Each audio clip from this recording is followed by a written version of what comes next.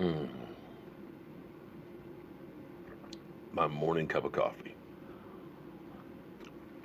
I literally cannot start my day without it. Good morning, friends. Mark Holmes here with my buddy Cowboy Jobu, and as always, thank you guys for watching, commenting, and subscribing to the Jobu Sports Report. Without you guys, this literally does not work. Let's get open for business here today on this Thursday. At least this week is going by fast. I mean, it's almost the weekend, and this is 1 week closer to the NFL season. Thank you for joining this morning's edition of Don't Sleep on the Dallas Cowboys, where you literally cannot sleep on the Cowboys because, let's face it, things happen late in the evening, late at night, first thing in the morning, so you want to be up to speed with all that is America's team. And sadly, the season's going on without us. We had our chances, we had our opportunities, and don't get me wrong, I'm happy about the season that we had. To have done what the team did, don't let anybody tell you that the Cowboys suck, that they're a disgrace, that they just can't do right. Because you know what? They made it to the second weekend of the playoffs when nobody thought they would be there. But here's the thing with the NFL. And at this point, what we need to do, over the course of the next, say, 6 weeks, there's going to be a lot of talk, of course, about people, coaches that will be staying and going, and guys that'll be fired or let go, or guys that'll find other opportunities and things like that. So the team will be changing. The team next year won't be exactly the same team. You'll see some players that are going to be able to go out in free agency. Some you'll bring back. You'll even bring in some free agents. So there will be a lot to talk about over the course of that time as the 2019 team starts to develop and take shape. But what you have to do is you have to look back and figure out what went right, what worked well, and where you need to work on things. And understand, if you had done a few things different, what would the outcome have been? Could we have gotten a different result? Could we have been in a different place? And I got to tell you, one of the things that bugged me when it was happening, and I understand that, I'm a Neanderthal when it comes to football. You know, when you look back at when I played football, I mean, we had funny shaped helmets in Little League. They weren't completely round. The ear holes kind of came out a little bit, and they were kind of elongated, kind of looking like the leather helmets, just plastic with a cage on them. So I get it. I'm old. But I remember in high school where we would go away for training camp. We were one of only two schools in Northern Virginia. T.C. Williams, that you'll remember the Titans, and Madison High School. And we went to Front Royal to Randolph-Macon Academy, I think it was. And we were there for a week. And during that week of camp, we had a week first at home. Then we went away, shirts and shoulder pads, shirts and t-shirt the first couple of days, just to get you used to running around and getting in shape. But then we would go off for a week of practice. And we would have a morning practice, and then we'd have film, we'd have weightlifting, we'd have a special team practice in the middle of the day, we'd have more film and classroom work, then we'd have another practice, and then we'd have team meetings after that for a week straight. And these practices were fully padded. We hit, and then we hit some more. We hit the dummies. We did Tennessee drills. We did live drills, tackling drills. We did all of this stuff day after day after day, a couple times a day. And to me, it toughened up the body. It got you used to getting hit. And even in college, I remember at JMU, asked Charles Haley about Joe Przicki's practices. Joe Przicki said he was running it like it was a Marine Corps boot camp. We got up and we practiced before having breakfast. 7 o'clock in the morning. We'd go out there, beat each other senseless, and then we had brunch. And while we're eating brunch, we're having classroom study. You had an afternoon practice for special teams. You had weightlifting. You had classroom. and you had practice, and then you had more. And literally, by the time you were finished, it was 9 o'clock at night. Your body was 100% spent. And this was, I would say, about 2 weeks of these, maybe 3, because we reported early August, actually late July. And I don't remember a lot of injuries. Now, the NFL changed because of the collective bargaining agreement, where you only have one padded practice a day. During the season, you only have 11 padded practices. And you don't tackle. You don't take guys to the ground. More of it's walkthrough or up-tempo walkthrough. And for our Dallas Cowboys, going into that season, Dak Prescott played 4 series in preseason. 4 series. And that bugged me during preseason. Zeke Elliott didn't play at all during preseason. And the thought behind it, I get it. You don't want to lose your stars in preseason in meaningless games. But I ask you, are they really meaningless? Because here's the thing with the Cowboys especially. I mean, Tom Brady played a whole lot more in preseason than what we did. But understand, you had a quarterback who came off of a subpar year. You ended up losing your number 1 wide receiver and your Hall of Fame tight end. And you brought in all of these new wide receivers. The team was in transition. And it's one thing to go out and practice where you're not really full speed, where you really have that many practices. And then to go on Sundays at game speed.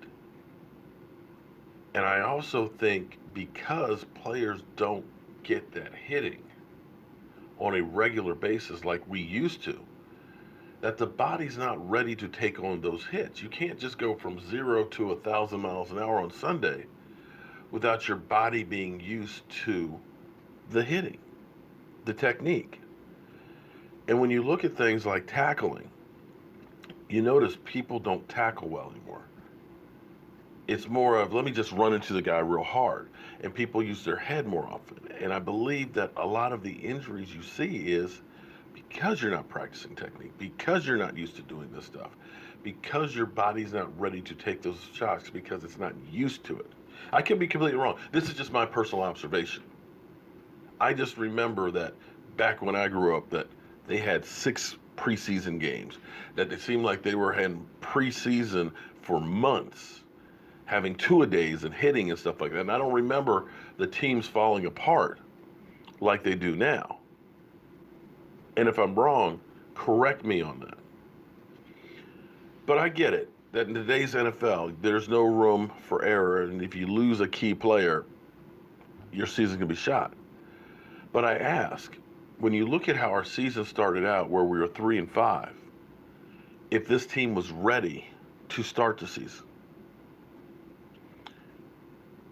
Only 2 games were we really not in it all season. Tennessee and the Colts. Which is actually a good thing, that every game was close. But you can look back at a couple of plays and a couple of games that, if they were different, maybe instead of us playing in Los Angeles on the road where we sucked, that we would have won enough games to have had a home field advantage where we were 7-1. I honestly think of the Carolina Panther game, a game that was just ugly. Our offense was terrible. Zeke Elliott ran for 69 yards on 15 carries, so we didn't really use him that much. I mean, he still averaged 4.6, but he didn't look like Zeke. Dak had 170 yards passing, and the offense just looked like it was out of sync, like it hadn't practiced with all these new parts. And the key on this whole game was really a Dak Prescott fumble in the second quarter that allowed Carolina to get the ball on our 35 and get an easy score. That was the game, that fumble. And I keep thinking that maybe had this team played together more than 4 series in the preseason with Dak, that maybe they would have been on a better page and would have had an opportunity on that game to start the season. Because if they had won that, all of a sudden things are looking a little different at 11-5. And when you start thinking about some of the other games that we lost, that could have been victories, you see how sometimes something that doesn't seem like it's that big, or a loss doesn't seem that big. But just think about the Texans game where we had fourth down in overtime and we decided to punt. If we had gotten that first down, we probably would have went down there because we had some momentum going. We probably would have gone down there, gotten a score, and maybe won that game. But instead, we punted, and our defense couldn't hold. Texans go down, score, win the game. If that had been different, had we won that game, and the Carolina one that we just didn't look like we were anywhere near a team yet, all of a sudden, you're 12-4.